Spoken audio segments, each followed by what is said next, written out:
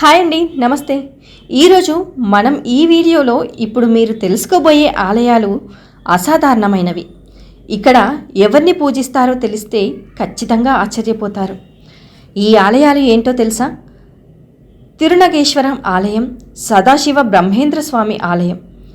ఈ ఆలయాల గురించి ఎన్నో విశిష్టతలు, ఎన్నో అంతుచిక్కని రహస్యాలు దాగి ఉన్నాయి. అవేంటో ఇప్పుడు చూద్దాం. అంతకంటే ముందు మీరు మొదటిసారి మా ఛానల్ కనుక చూస్తున్నట్లయితే వెంటనే సబ్స్క్రైబ్ చేసుకోండి. అలాగే ఎప్పటికప్పుడు మేము పెట్టే లేటెస్ట్ వీడియోల కోసం పక్కనే ఉన్న బెల్ సింబల్ని క్లిక్ చేయండి. ఇలా చేస్తే మేము ఎప్పుడు కొత్త వీడియోలు పెట్టినా మీకు నోటిఫికేషన్ ద్వారా వస్తుంది. ఇక విషయంలోకి వెళ్తే, తిరునగేశ్వర ఆలయం మన పురాణాల్లో నాగుపాములకు ప్రత్యేక స్థానం. నాగలోకం, నాగినీలు, నాగదేవతలు, నాగమణి ప్రస్తావన వినిపిస్తూనే ఉంటుంది. అయితే అవన్నీ వట్టి ట్రాష్ అంటూ కొట్టిపడేసే హేతువాదులు ఉన్నారు. అయితే సైన్స్కి అందని వింతలు, శాస్త్రజ్ఞులు ఛేదించిన రహస్యాలు ఉన్న దేవాలయాలు భారతదేశంలో ఎన్నో ఉన్నాయి. అలాంటి ఆలయాల్లో ఒకటి రాహు ఆలయం. ఈ ఆలయంలో నాగదోషంతో బాధపడేవారు రాహుకాలంలో పాలు పోస్తే నీలి రంగులోకి మారి కిందకు జారిపడిన తర్వాత మళ్ళీ తెల్లని పాలు రంగులోకి మారతాయి. నాగదోష పరిహారం చేసే ఒకే ఒక్క ఆలయంగా ప్రసిద్ధిగాంచిన ఈ ఆలయం ఎక్కడ ఉందంటే, దక్షిణ భారతదేశంలో తమిళనాడులో ప్రసిద్ధి చెందిన ఆలయాలు అనేకం ఉన్నాయి. వాటిలో ఒకటి కుంభకోణంలోని తిరునాగలింగేశ్వర ఆలయం. ఇక్కడ శివుడిని నాగనాగేశ్వరుడిగా పూజలు అందుకుంటున్నాడు. ఈ ఆలయం దగ్గరగా సముద్రం ఉండడం వలన ఈ గుడి బయట అంతా సముద్రపు ఇసుక ఉంటుంది. ఇక అమ్మవారి పేరు గిరిజన కుజలాంబిక. ఈ ఆలయంలో ప్రధానంగా పూజలను అందుకుంటున్నది రాహువు. గర్భాలయంలో నాగరాజు రాహువుతో, మండపంలో తన భార్య అయిన నాగరాజు సింహ చిత్రరేఖలతో రాహువు కొలువై ఉన్నాడు. ఈ గుడికి రాహు నాగదోషం ఉన్నవారు విశేష పూజలను నిర్వహిస్తారు. మరొక విషయం ఏమిటంటే, రాహుకాలంలో పాలాభిషేకం చేయడం.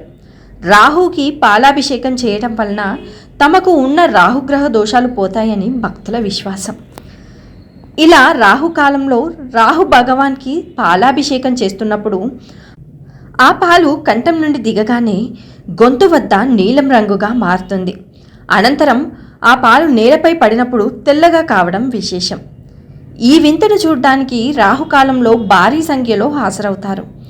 ఇలా పాలు నీలిరంగులోకి మారడానికి కారణం నాగమణి అని పురాణాల కథనం. ఈ నాగమణి గురించి విష్ణు పురాణం, గరుడ పురాణంలో కూడా ఈ నాగమణి ప్రస్తావన ఉంది. ఆలయానికి ఎలా వెళ్ళాలంటే, మరికొంత మహిమాన్వితమైన ఆలయాన్ని దర్శించడానికి వెళ్ళాలంటే శనివారం ఉదయం 11 గంటలకి లేదా ఆదివారం సాయంత్రం 4 నుండి 6 గంటల మధ్యలో వెళ్ళాలి. హైదరాబాద్ నుండి అనంతపురం, బెంగళూరు మీదుగా 16 గంటలు పడుతుంది. చెన్నై మీదుగా ఒక రోజు పడుతుంది. పున్నైనల్లూరు మరియమ్మన్ దేవాలయం.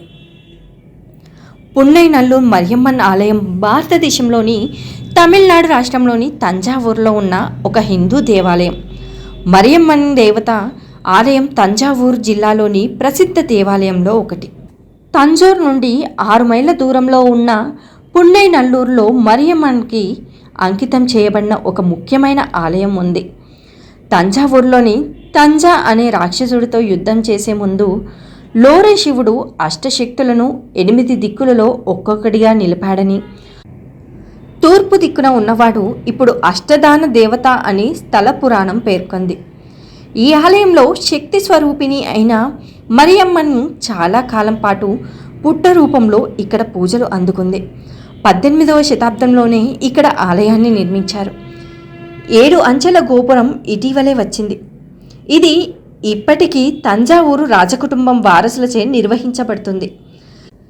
గ్రానైట్ విగ్రహం, ముఖం, తలపై ఎప్పటికప్పుడు ముత్యాల వంటి తేమ చక్కగా కనిపిస్తాయి కాబట్టి దేవతను ముత్తు మరియమ్మన్ అని కూడా పిలుస్తారు. మరాఠా రాజు వెంకోజీ మహారాజా ఛత్రపతి మరియమ్మన్ భక్తుడు.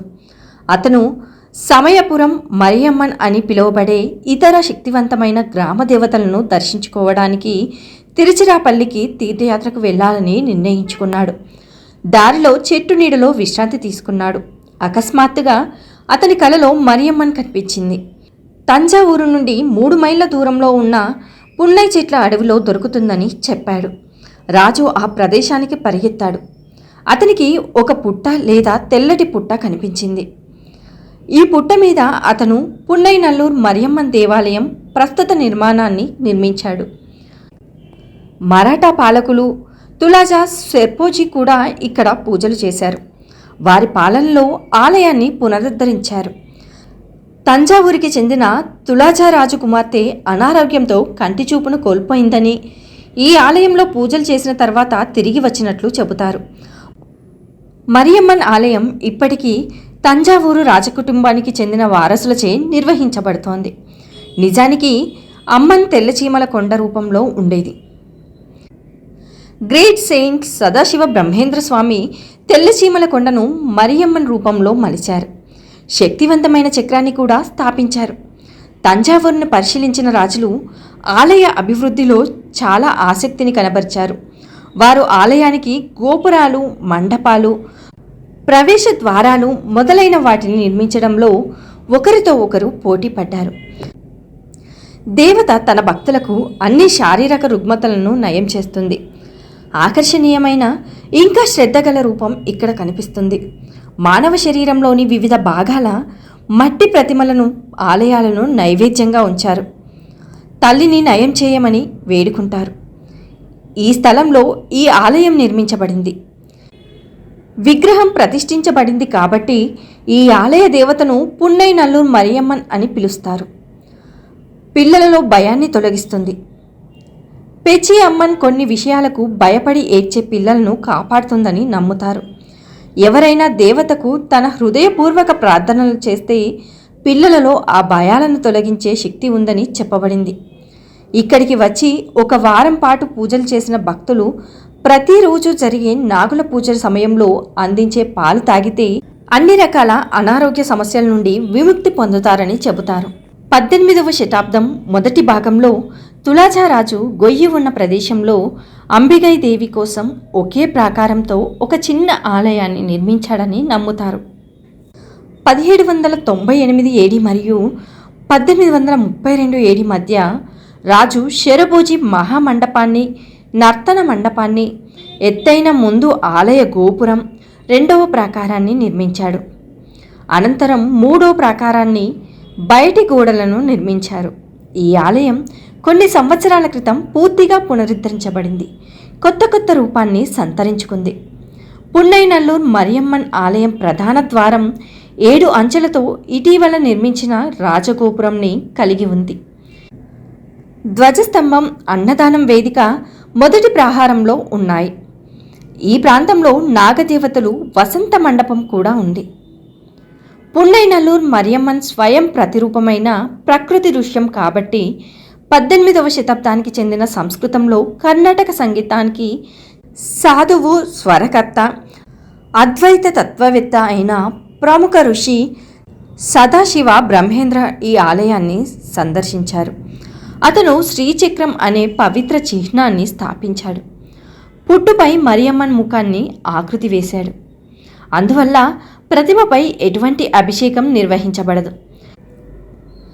గర్భగుడి సమీపంలోని విష్ణుదుర్గై అని పిలువబడే ఉత్సవమూర్తికి అభిషేకం నిర్వహిస్తారు. 5 సంవత్సరాలకు ఒకసారి తైలాభిషేకం పుట్ట మీద 48 రోజులు నిర్వహిస్తారు. ఈ ఆచార సమయంలో భక్తులు దేవత ముందు అమ్మన్ చిత్రంతో గీసిన తెరకు మాత్రమే మర్యాదలు చెల్లించగలరు. వేసవిలో మీరు మరియమ్మన్ ముఖం నుదుటిపై చిన్న నీటి చుక్కలను, చెమటలను చూడవచ్చు. గర్భగుడిలో వేడిని తగ్గించేందుకు అమ్మవారి చిత్రపటం చుట్టూ నీరు నింపుతారు. వినాయక మరియు అతని సోదరుడు సుబ్రహ్మణ్య, మురుగ వంటి ఇతర దేవతలను పున్నైనల్లూరు మరియమ్మన్ ఆలయంలో వారి స్వంత చిన్న పుణ్యక్షేత్రాల్లో చూడవచ్చు. ప్రధాన ఆలయం లోపల ఋషి సదాశివ బ్రహ్మేందర్ చిత్రం కూడా ఉంచబడింది. గర్భాలయానికి ఎడమవైపున పీచి అమ్మన్, రాజరాజేశ్వరి మరొక గ్రామ దేవత కోసం మందిరం ఉంది. మండపం లోపల క్రింద జాబితా చేయబడిన అష్టశక్తి యొక్క వివిధ రూపాల వర్ణనలు ఉన్నాయి. గజలక్ష్మి, వీరలక్ష్మి, సౌభాగ్యలక్ష్మి, సంతానలక్ష్మి, ధనలక్ష్మి, ధాన్యలక్ష్మి, విద్యాలక్ష్మి, కారుణ్యలక్ష్మి. ఈ ఆలయంలో మరియమ్మన్ అమ్మవారికి ప్రతిరోజు అభిషేకం ఉండదు. 5 సంవత్సరాలకు ఒకసారి మరియమ్మన్ అమ్మవారికి తైలాభిషేకంతో అభిషేకం చేస్తారు. ఈ కాలంలో ఆమె శక్తి చాలా రెట్లు పెరుగుతుందని నమ్ముతారు. ఆమెను చల్లబరచడానికి కొబ్బరి నీరు, పెరుగు అందిస్తారు. పర్యాటకులు కేవలం 6 మైళ్ళ దూరంలో ఉన్న తంజావూరు నుండి రోడ్డు మార్గంలో పున్నైనల్లూరు చేరుకోవచ్చు. తంజావూరు నుండి సాధారణ ప్రభుత్వ బస్సు సర్వీసులు అందుబాటులో ఉన్నాయి. పాత బస్టాండ్ రైల్వే స్టేషన్ నుండి ప్రతి 15 నిమిషాలకు బస్సు అమ్మపేట, నాగపట్నం వైపు అందుబాటులో ఉంటాయి. అలాగే పాత బస్టాండ్ మరియు మరియమ్మన్ గుడి మధ్య మినీ బస్సులు తిరుగుతాయి. కరూర్ సమీపంలోని నెరూర్. కరూర్ ఒక పర్యాటక ఆకర్షణగా ఉండడం వలన అందమైన దేవాలయాలు, పండుగలు లేదా పురాతన స్మారక చిహ్నాలు చాలా వైవిధ్యాలను అందిస్తుంది. కరూర్ అన్నిటినీ మిక్స్ చేసే ప్రదేశం. మీరు అక్కడికి వెళ్ళినప్పుడు పచ్చని చెట్లతో కప్పబడిన సమీప గ్రామమైన నెరూర్ను సందర్శించడం తప్పనిసరి. నెరూర్ కావేరీ నది ఒడ్డున ఉన్న ఒక ప్రశాంతమైన చిన్న గ్రామం. నెరూర్ ప్రత్యేకతను కలిగి ఉండడానికి అనేక కారణాలు ఉన్నాయి. దీని సుందరమైన అందం దాని ప్రత్యేకతలో ఒకటి అయితే, మీరు వివిధ దేవతలకు అంకితం చేయబడిన అనేక అందమైన దేవాలయాలను కూడా సందర్శించవచ్చు. వాటిలో చాలా వరకు వివిధ కులదేవతల నివాస స్థలం. అందుకే చాలామంది భక్తులు తమ కుటుంబ దేవతను దర్శించుకోవడానికి, ప్రార్థించడానికి, ఆరాధించడానికి ఇక్కడకు రావడం మీరు చూస్తారు. గొప్ప సన్యాసి సదాశివ బ్రహ్మేంద్ర సమాధి కూడా నెరూర్లోని ఒక ఆలయంలో ఉంది. శ్రీ సదాశివ బ్రహ్మేంద్ర సమాధి. సాధువు సుమారు 350 సంవత్సరాల క్రితం జీవించాడు. కర్ణాటక సంగీతానికి ఆలయం చేసిన కృషికి ప్రసిద్ధి. అతని అనేక ప్రసిద్ధి రచనలు తమిళ సాహిత్యాన్ని అపారంగా తీర్చిదిద్దాయి. నేటికి ఆలయ ఉత్సవాల్లో ఆయన సర్వకల్పనలు పాడతారు. అతను అనేక అద్భుతాలు చేశాడు. పూర్తిగా ధ్యానానికి అంకితమయ్యాడు. ప్రతి రకమైన ప్రాపంచిక ఆనందానికి దూరంగా శాంతిని కోరుతూ తన జీవితమంతా గడిపాడు. పుదుకొట్టై రాజ్యాన్ని పాలించిన తొండైమాన్ రాజవంశానికి చెందిన విజయ రఘునాథ తొండైమాన్ ఈ సమాధిని నిర్మించాడు. సదాశివుడు వ్రాసిన ఇసుక నేటికి భద్రపరచబడి పుదుకొట్టై ప్యాలెస్లో భద్రపరచబడింది. ఈ గొప్ప సాధువు సమాధిలోకి ప్రవేశించడం మీ హృదయం, శరీరం, మనస్సును శాంతి బహుమతితో సమర్పించినట్లుగా ఉంటుంది. చుట్టుపక్కల పచ్చటి ప్రాంతం ఈ ప్రదేశానికి ప్రశాంతతను ఇస్తుంది. ప్రశాంతంగా, నిశ్శబ్దంగా మీరు ఈ గొప్ప సాధువు రచనలను చూస్తూ అతని కథలను చదువుతున్నప్పుడు, మీరు లోపలికి ప్రవేశించినప్పుడు, తిరుగుతున్నప్పుడు మీరు బహుశా చెట్ల అరుపులు, పక్షుల కిలకిల రావాలు మాత్రమే వింటారు. చాలామంది ప్రజలు సదాశివ బ్రహ్మేంద్ర సమాధిని సందర్శించి ఓదార్పును పొందుతుంటారు. ఆలయ పూజారిని సంప్రదించడం ద్వారా మీరు పూజా అర్చనలు కూడా అందించవచ్చు.